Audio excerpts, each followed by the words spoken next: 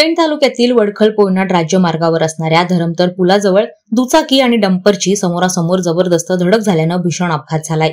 या अपघातात मनोज गणेश नाईक वय वर्ष 22 राहणार म्हात्रोळी आदिवासीवाडी या तरुणाचा जागीच मृत्यू झाल्याचं वृत्त मिळतंय।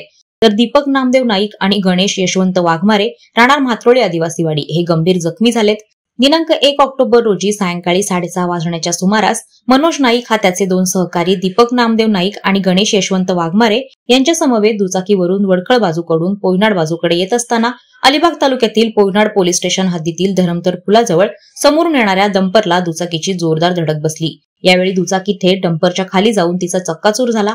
या अपघातात मनोज नाईक हा जागीच मृत्युमुखी पडला, तर दीपक नाईक आणि गणेश वाघमारे जखमी झाल्याने त्यांना वडखळ येथील संजीवनी रुग्णालयात दाखल करण्यात आलंय। या अपघाताची माहिती मिळताच पोयनाड पोलीस ठाण्याचे कर्मचारी काही मिनिटात घटनास्थळी पोहोचले। पोलीस शिपाई समीर म्हात्रे यांनी मयत मनोज नाईक याचा मृतदेह शवविच्छेदनासाठी अलिबाग येथील जिल्हा रुग्णालयात पाठवलाय।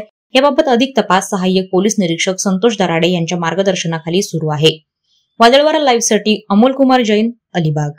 नवी मुंबई व रायगड जिल्ह्यातील ताज्या बातम्या आणि घडामोडींसाठी सबस्क्राईब करा वादळवारा लाईव्ह चॅनल आणि दाबा बेल आयकॉन।